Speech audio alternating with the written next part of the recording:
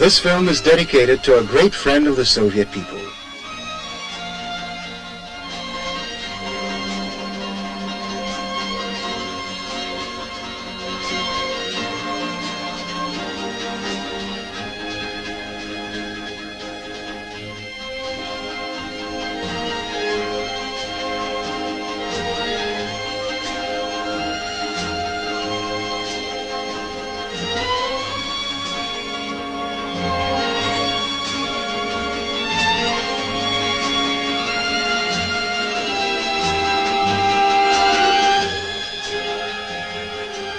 He frequently came to the Soviet Union, the President of the Democratic Republic of Vietnam, Chairman of the Central Committee of the Working People's Party of Vietnam. He enjoyed the sincere and heartfelt affection of one and all in the Soviet Union.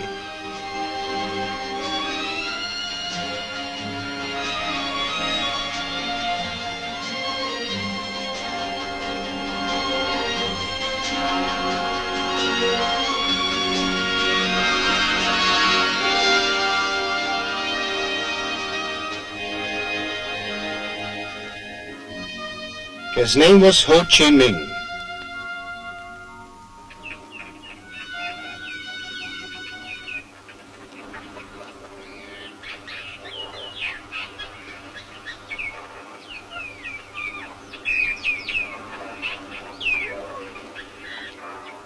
In Vietnam, he was called Bác Ho, Uncle Ho, or Old Man Ho.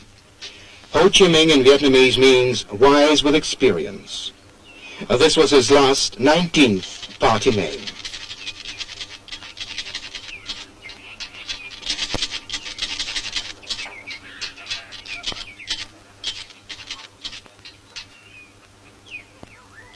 I was born 10 years before the beginning of our century.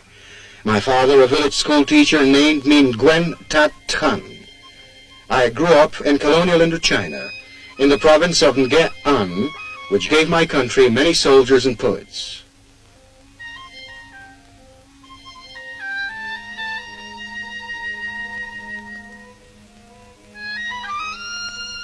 That dashing, surging wave, will it bring back past memories? He saw this in his native village. He saw this in the town of Hue, where he studied. Today, it is South Vietnam.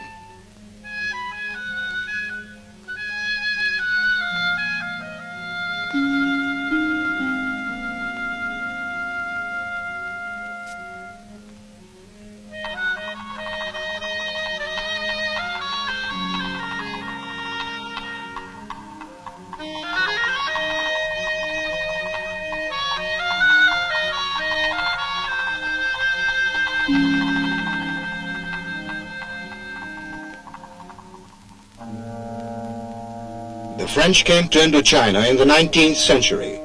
First the missionaries, then merchants, soldiers, gendarmes, and planters.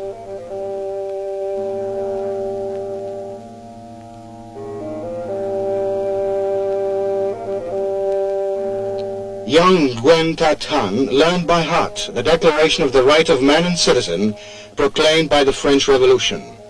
People are born free and remain free and equal in their rights. Free and equal.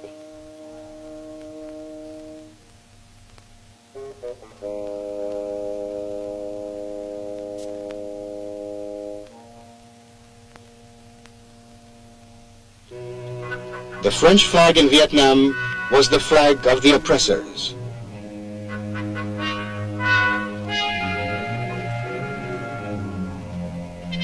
Nguyen Tat Thanh dreamt of discovering a happy land where there would be no oppressed. In 1910, he went to France, to Paris.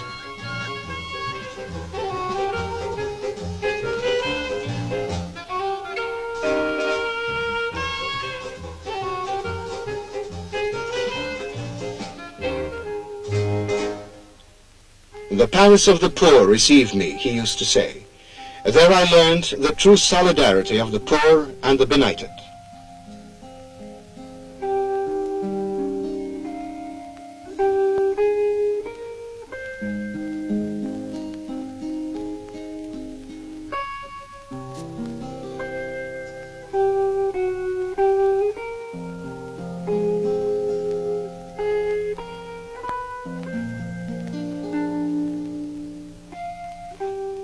This is the window of his room in the small by-street called Campuan, where he worked as a photographer.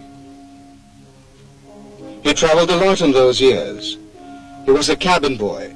He washed dishes in a London hotel and then was a baker. He was a cigarette vendor in Canton and a window cleaner in Rio de Janeiro. He nearly died from tropical fever in Africa. He published his first story in L'Humanité and became a foreign correspondent of Paris periodicals.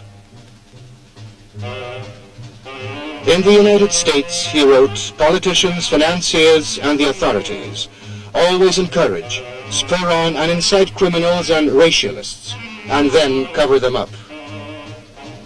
But he never did find a happy land. My land, 100 leagues divide us. I lie so still, engulfed in heavy slumber. Weeks passed, then months. I wrote these lines in tears.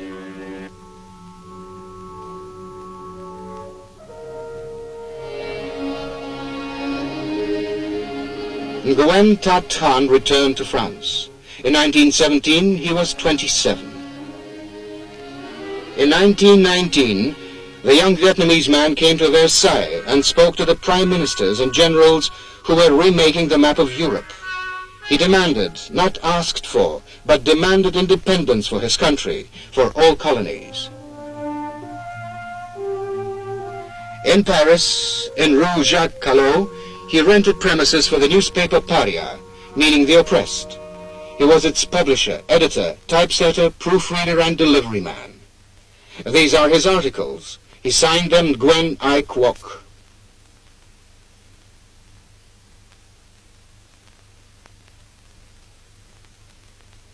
Advertisement. Have your photographs taken by our comrade Nguyen I Quoc. Unframed 20 centimes, framed 40 centimes. But he needed more money than he earned. Thereupon the young Vietnamese signed a contract with a Paris theater to write comedies. He spent every centime he got paid to publish the Paria.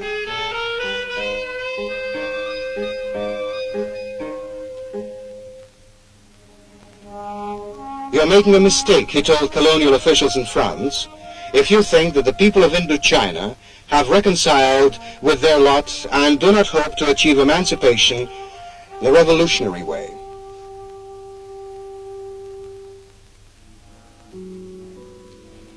For my illiterate compatriots, he used to say, my weapon is not the pen, but an artist's brush.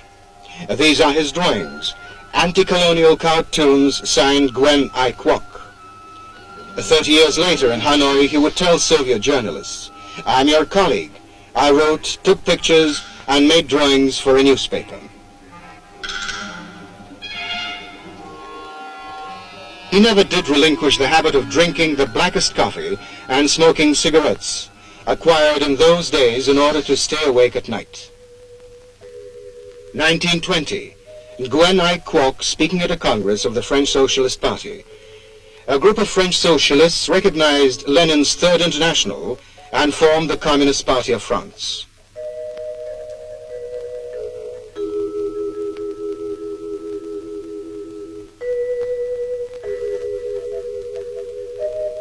Nguyen I Quoc became a communist. A year later, Marcel Cachin put forward his candidature for a seat in the French Parliament. The Paria printed more and more materials about Soviet Russia.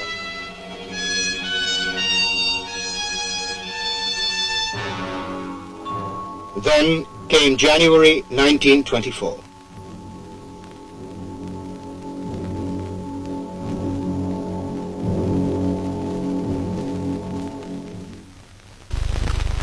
From Paris he went to Moscow to pay his last respects to Lenin.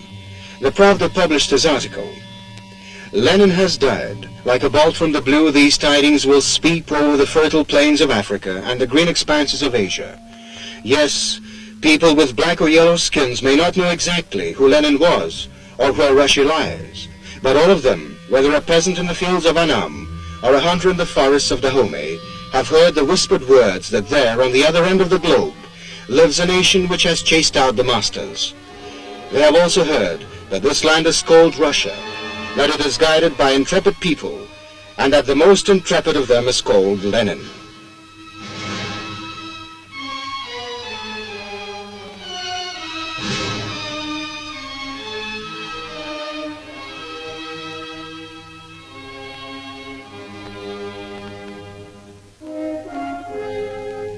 Such was Moscow when Gwen I. Kwok arrived there in the 1920s. Here in Bolshoi Theater, the Comintern held its congresses. Pushkin Square was the site of the Communist University of the Working People of the East, where he studied. He lived in Hotel Lux in Tverskaya, now Gorky Street, and frequently went to Red Square and the Kremlin.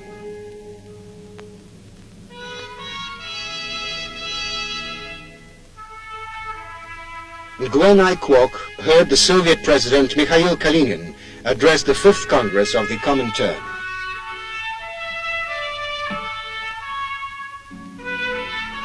One of the tasks put forward by the 5th Congress of the Comintern in 1924 was that of organizing Marxist-Leninist parties in colonies and dependencies.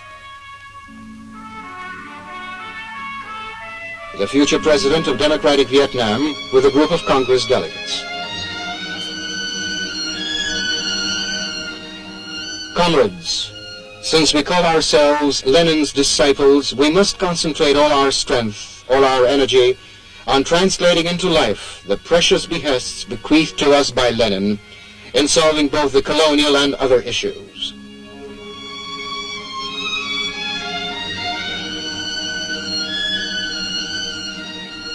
The Comintern delegated him to assist the Vietnamese revolutionary movement.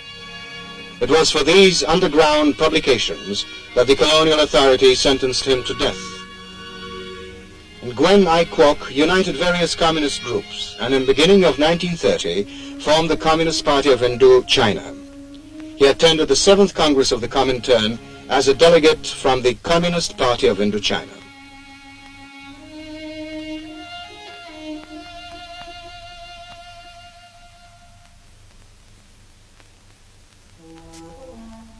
A questionnaire for the delegates to the 7th Congress of the Comintern.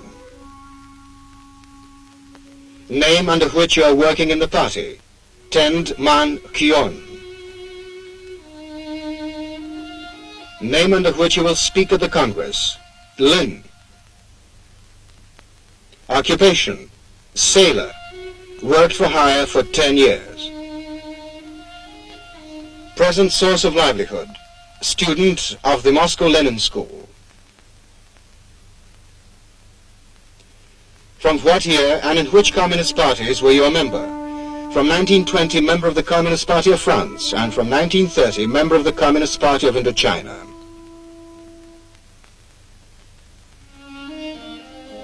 Work performed since the 6th Congress of the Comintern. Organizer of the Communist Party of Indochina, 1930-1931. Were you subjected to repressions? Arrested in 1931, spent 2 years in prison, and escaped in 1933.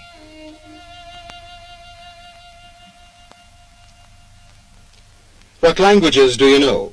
French, English, Indo-Chinese, Cantonese, Italian, German, Russian.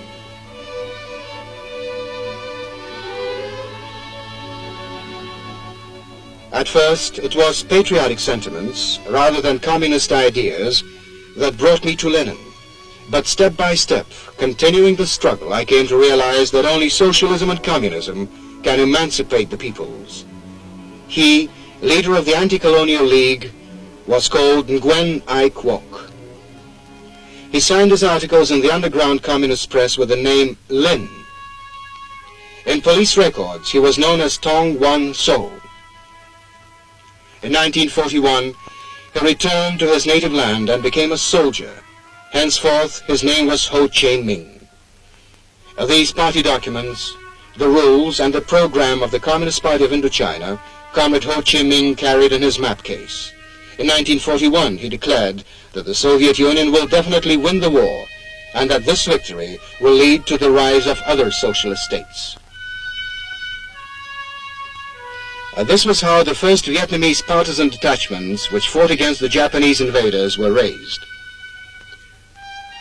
In 1945, he became the first president of Free Vietnam. In the jungle, writing by the light of a wick lamp, Ho Chi Minh formulated a declaration of independence. But a few weeks later, French colonial troops landed in South Vietnam. President Ho Chi Minh and the government of the Democratic Republic of Vietnam did their utmost to preserve the newly won freedom and avert bloodshed. President Ho Chi Minh came to Paris for talks.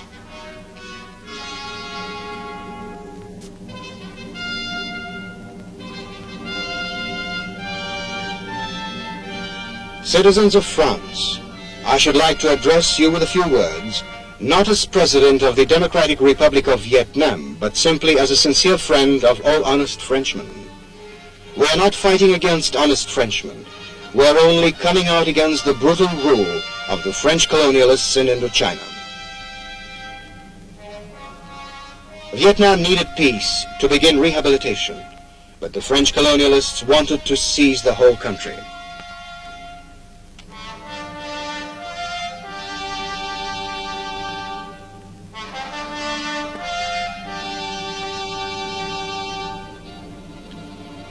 The man on the president's left is General Leclerc.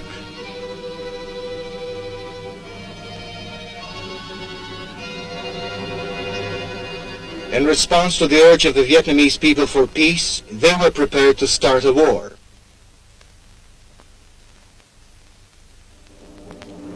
In the autumn of 1946, the French troops began to shell Hanoi.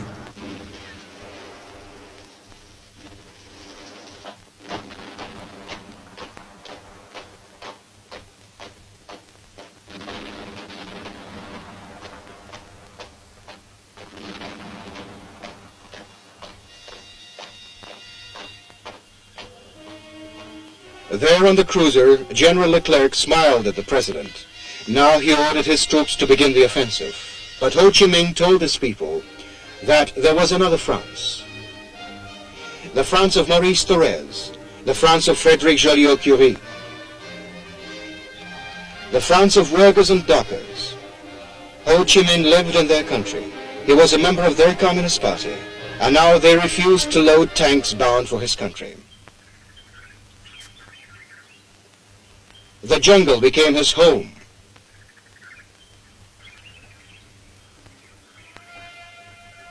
And a cave his presidential palace.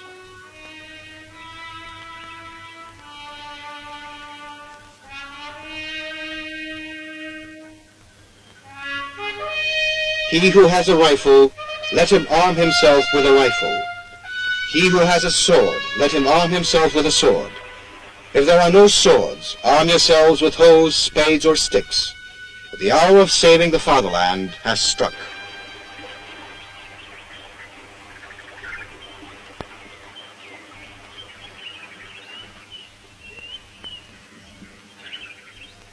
They say that psychological warfare specialists are showing this documentary, Ho Chi Minh in the Jungle, to U.S. officers and men.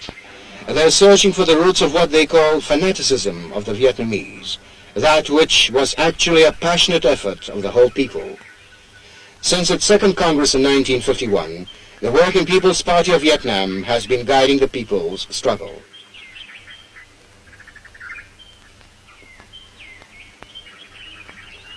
Once, the director of a lycée in Hue wrote in his character reference, "Better suited for scientific pursuits than other boys of his age." But Ho Chi Minh became a soldier.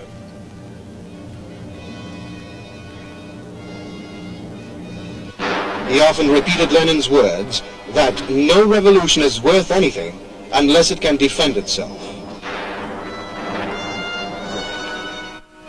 By 1954, Ho Chi Minh's detachments had turned into a powerful regular army.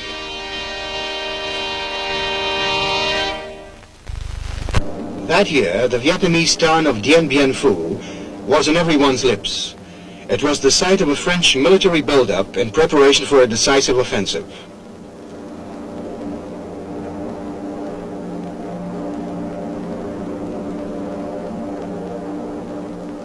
Silence surrounded them, but it was shattered by the guns of 2 divisions of the Vietnamese People's Army.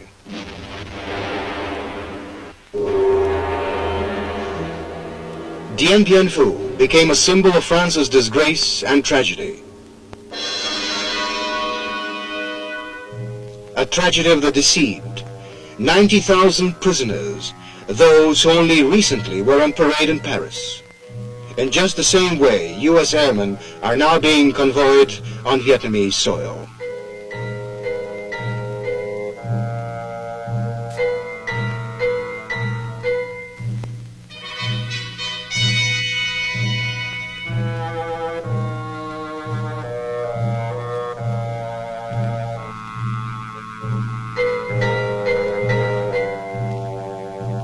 The invaders pulled out of North Vietnam.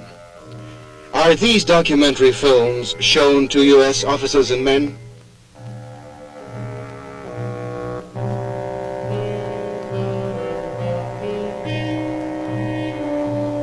As the troops withdrew from the country, so did the owners of plantations, factories and mills.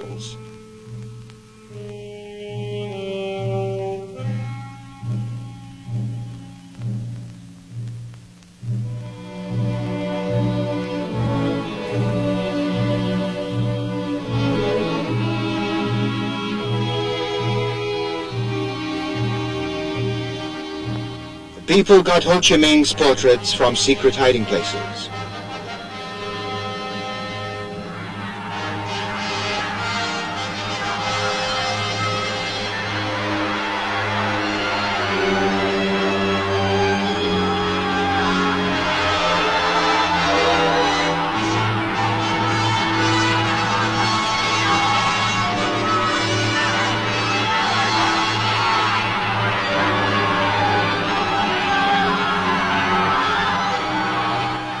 The President of the Democratic Republic of Vietnam, Ho Chi Minh, returned to the capital with his troops.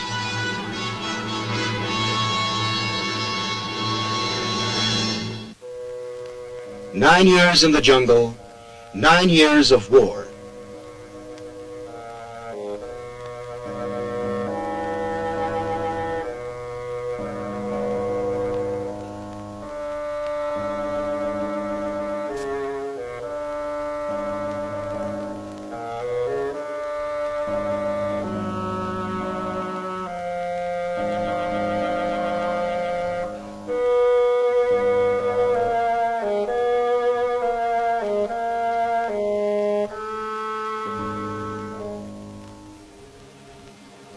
And in Vietnam, as was the case after the Civil War in Russia, the words peace and land stood next to the word socialism.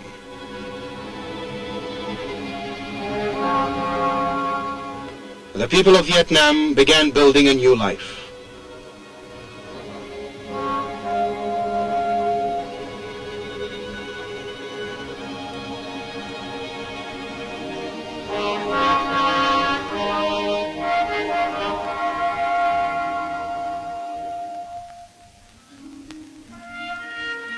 Once a poet compared Ho Chi Minh with Don Quixote. Yes, he was a visionary, a knight who battled against evil, and he became a soldier. He was a humanist and raised his sword against the invaders. His dream came true. He traveled across his country, not along secret guerrilla trails, but across the free land of Vietnam.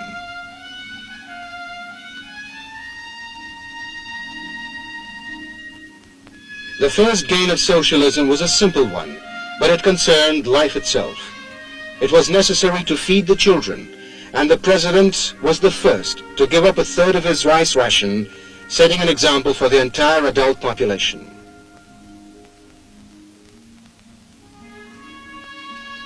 You will of course be pleased to hear about the successes of the Soviet peasants. And if we do not spare our strength in the struggle, then what the Soviet Union has already achieved, we shall achieve tomorrow.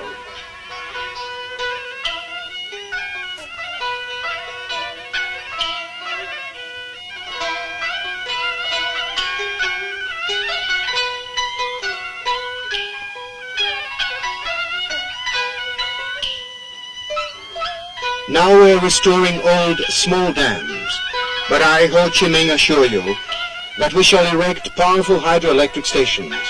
Yes, we shall do that.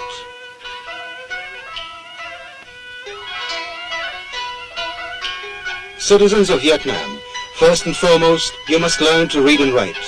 Only then will all our compatriots be able to take part in building up the state.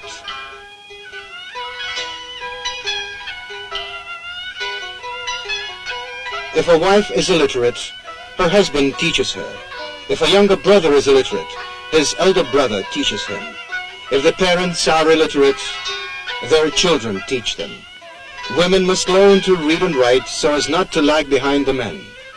Within a year, all the Vietnamese must learn to read and write.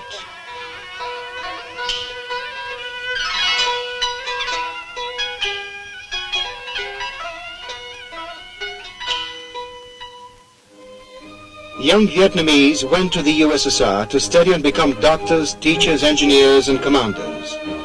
Here is the first group of them on board a Soviet ship. President Ho Chi Minh, as would an old Muscovite, told him at parting, "Don't trifle with Russian frosts. Dress warmly. Return home as specialists, whom the country needs so much."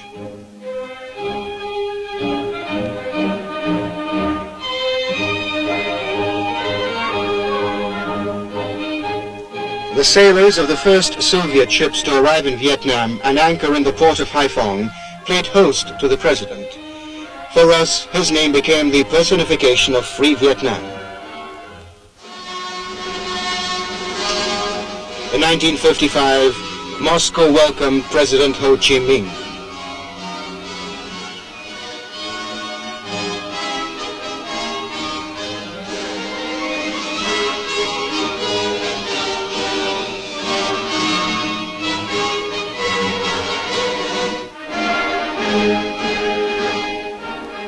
The national anthem of the Democratic Republic of Vietnam resounded in his honor.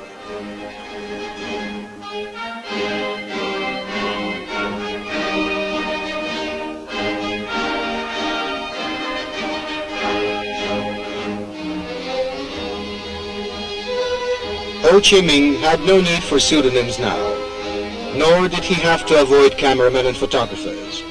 He was president of a free country, and was happy to visit Moscow, where he lived in the 20s as a fugitive from the colonial authorities who wanted him for working for his country's liberation. In the 50s and 60s, President Ho Chi Minh made several trips to the Soviet Union. He arrived on official and on friendly visits to attend CPSU congresses and take part in international meetings. We must bear in mind that it is our good fortune to be living in a great epoch, the epoch of radical changes and momentous discoveries. In just a few decades, we have learned of many discoveries, such as the radio, television, atomic energy, and so forth. Man has placed the elements at the service of society. But the greatest discovery of all, a discovery of world historic importance, was the creation of the Marxist-Leninist theory.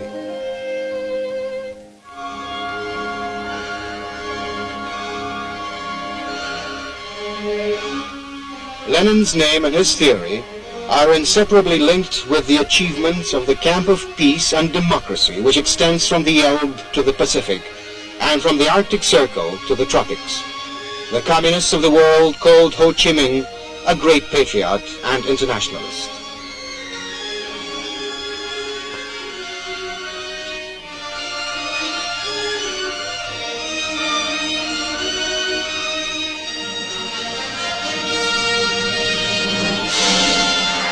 He addressed the following words to a party congress: "We shall always march shoulder to shoulder with the Soviet Union and other socialist countries in the struggle for the cause of peace, democracy, national independence, and socialism throughout the world."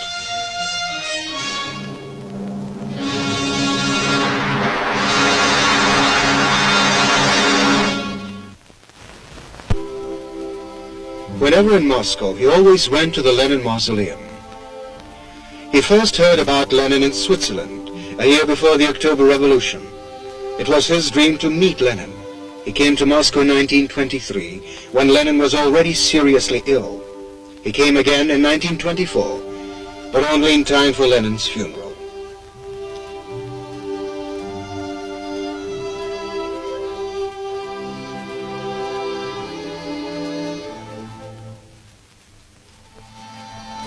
For us, Lenin has always been and will be a father, a friend, and advisor. Lenin wins the hearts of the Asian people, not only by his genius, but by his contempt of luxury, by his love for work, by his pure and simple personal life. In a word, by the moral nobility of a teacher.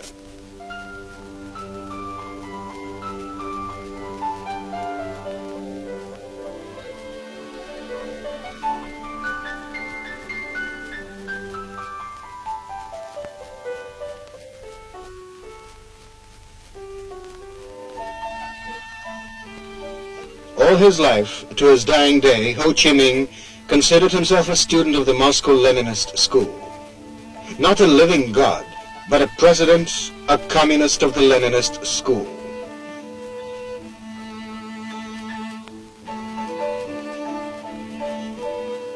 Ho Chi Minh did not live in this palace that used to belong to the Governor General in Hanoi, but in this small house once occupied by the gatekeeper. He would rise at 5:30 and work late after midnight. "I've no time to write verses now," he once said. Our verses today are dams in terms of kilowatts. The dry statistic reports showing the number of acres irrigated. Our verses are newly built factories and schools.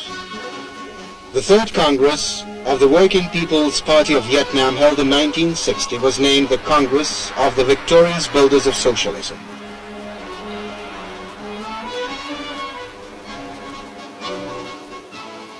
This steel, these dams and schools, the achievements of the Democratic Republic of Vietnam, the rising popularity of Ho Chi Minh and the Party of the Vietnamese Communists, were an example for the south of Vietnam, and the people there rose up in arms to struggle for their freedom.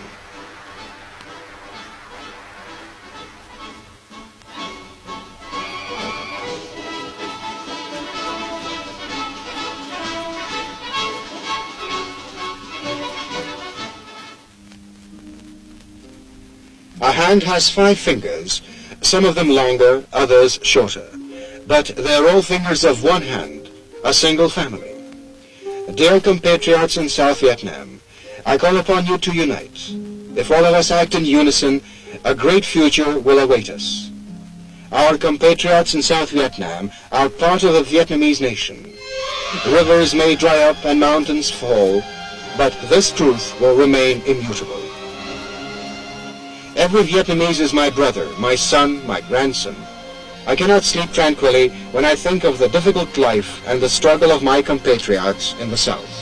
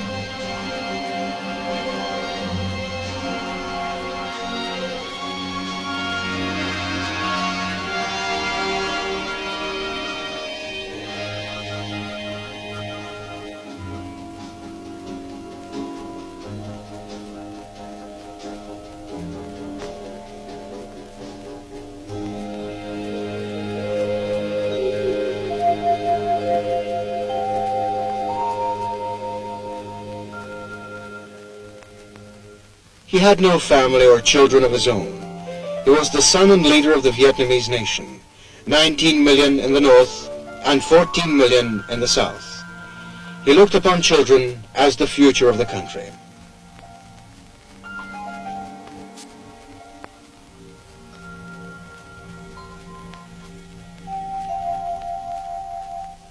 In 1931, he was tried in the British colony of Hong Kong.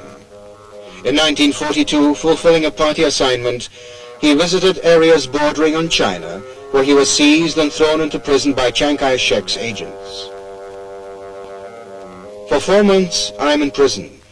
They're like 10 years of darkness. These 4 months have brought me 10 years closer to the last winter of my days.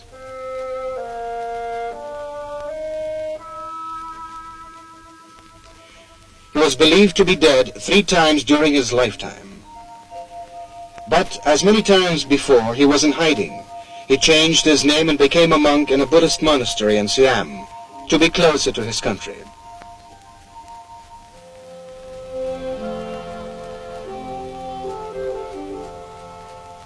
In 1965, he turned 75.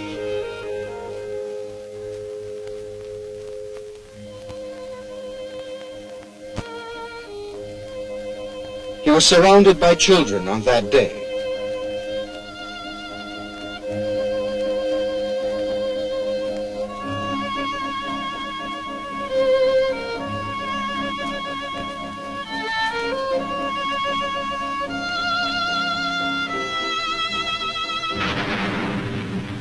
Still another war in the life of the Vietnamese people. Another war in the life of Ho Chi Minh. Sustaining defeats in the south of Vietnam and fearing the example set by the socialist North, the United States started an undeclared war against the Democratic Republic of Vietnam.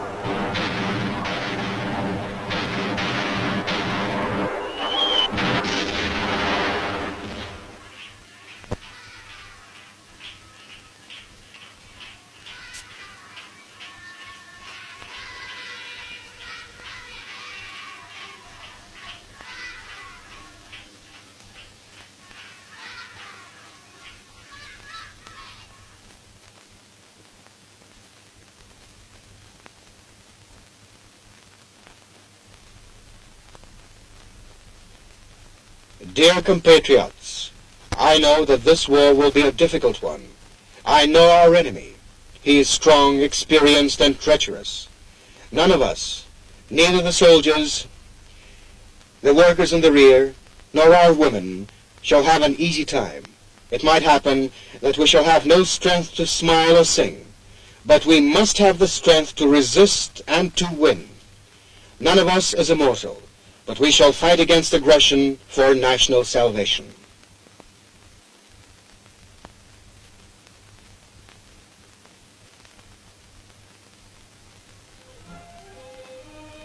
This war was the most difficult trial. There was no front or rear in the undeclared war. Factories were the front line and the workers were the fighters.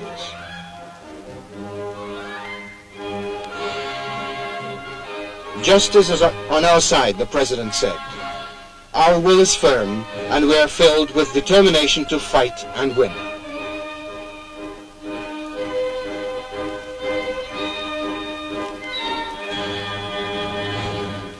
First year of the war, the most difficult period for the Republic, a Soviet delegation headed by Alexei Kosygin visited the frontline capital, Hanoi.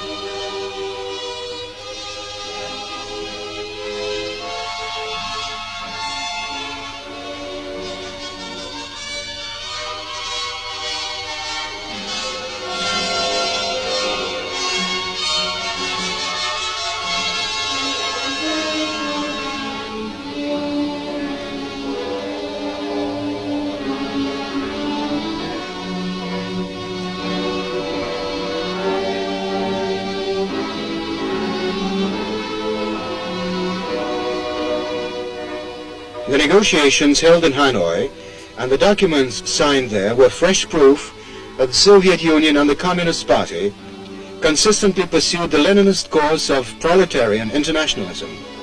And today, too, Ho Chi Minh's behest is to strengthen the solidarity and fraternal cooperation between the Soviet and Vietnamese people and parties.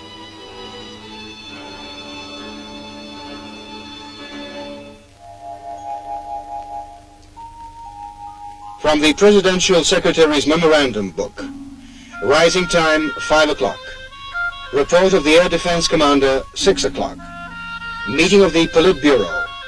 Talk with the young pioneers. And another note. Correct the proofs of the preface to Lenin's works in Vietnamese translation. At times it seems that no one wants to believe us, but we shall overcome difficulties. It must be done. It can be done, and it will be done.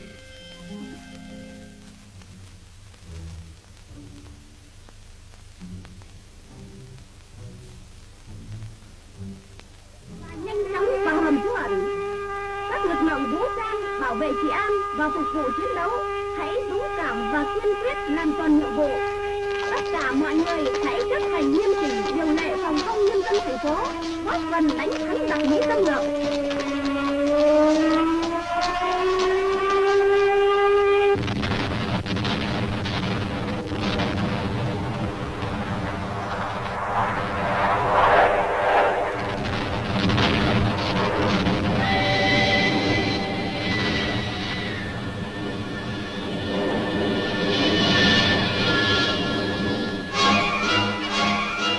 We were with Vietnam in those days.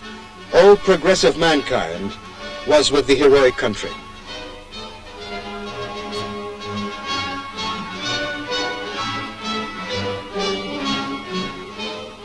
Speaking on behalf of the 240 million citizens of the Soviet Union and its Communist Party, Leonid Brezhnev said at the time, "The Soviet Union has always fulfilled and fulfills its internationalist duty to the Vietnamese people. We have furnished and are furnishing substantial assistance. We have already delivered considerable quantities of arms and ammunition to the Democratic Republic of Vietnam. Our line is to continue rendering the Democratic Republic of Vietnam such assistance, both material and political, as it will require to counter U.S. aggression. We are consistently coming out for united efforts on the part of all fraternal socialist countries in assisting the Vietnamese people fighting against imperialist aggression."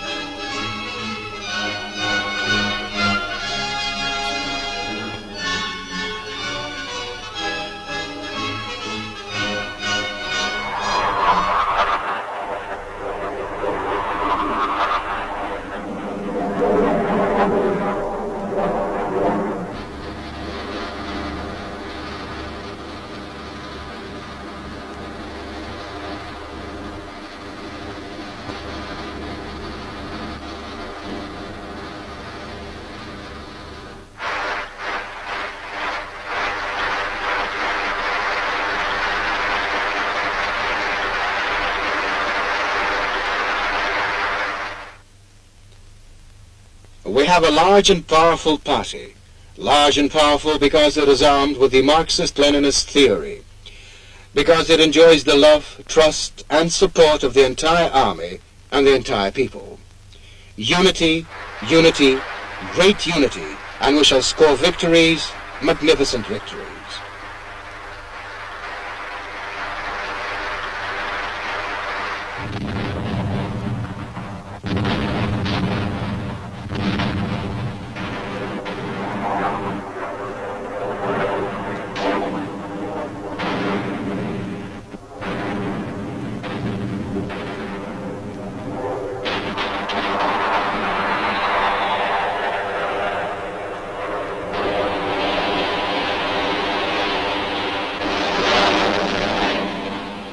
Four years of bitter struggle.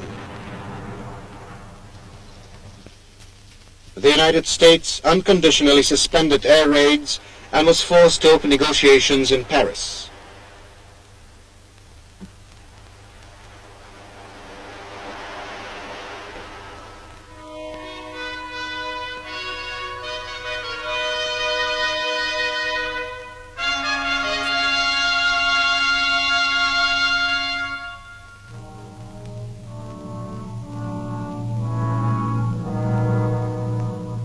Whatever the difficulties and privations, our people will definitely score complete victory. American imperialists will definitely be forced to withdraw from our country. Our fatherland will definitely be united. Compatriots in the South and North will definitely live under one roof. May our mountains, rivers, and people remain. After our victory over U.S. aggression, we shall build up our country and make it 10 times more beautiful than it is today.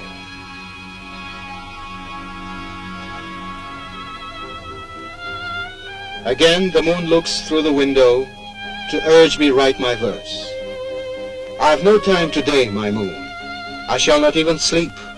Wait and be patient. Another day will come, my moon. There listen how the bell is tolling to wake the people from their slumber. It brings them tidings of our victory. So wait a while, be patient, wait.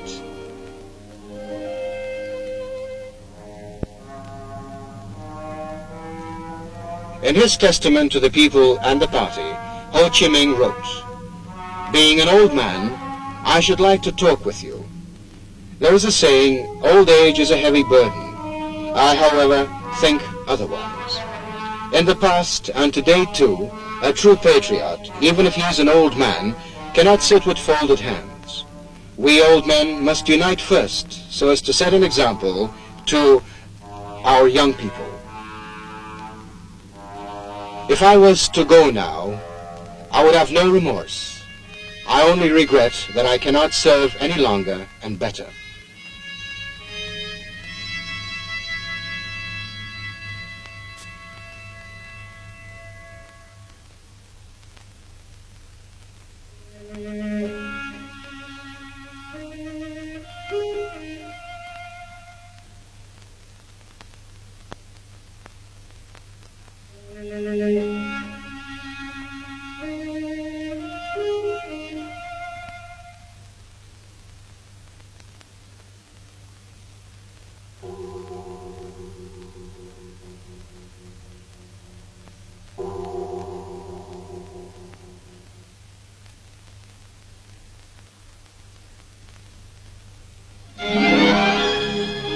But he shall always remain with us, a great patriot and internationalist, leader of the heroic Vietnam, a true friend of the Soviet people, a communist of the Leninist school, soldier and poet, Comrade Ho Chi Minh.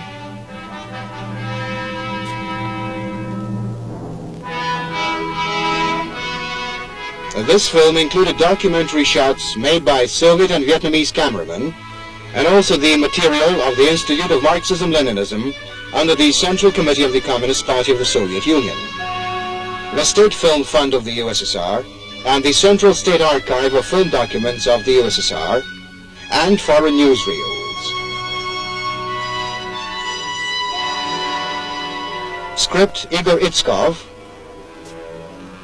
direction Ekaterina Vermisheva, music Edison Denisov.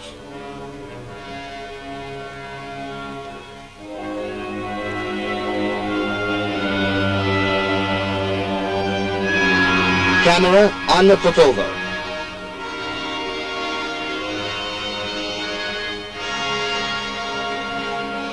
The Central Documentary Film Studios, Moscow.